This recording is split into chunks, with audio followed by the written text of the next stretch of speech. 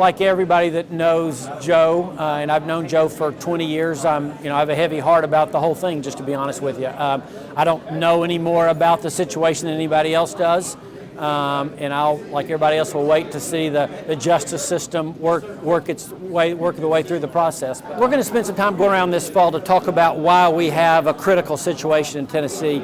The good news is today's vehicles get a lot better mileage than they used to, whether it be a car or truck.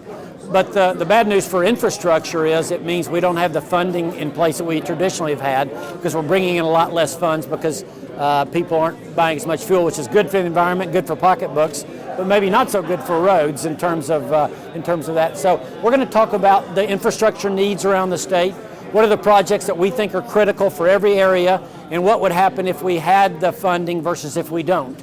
And then hopefully have that conversation so people can begin to grasp why it matters that we have the kind of infrastructure in Tennessee, roads and bridges that we've historically had and maybe taken for granted. I think we're waiting, obviously like everybody else is, to see what happens. There'll be implications for the state, there'll be implications for our county clerks who issue marriage licenses. So prior to having a ruling, I think it's kind of jumping the gun to say here's what we'll do one way or the other, because we don't have any better idea how the Supreme Court will rule than anyone else does.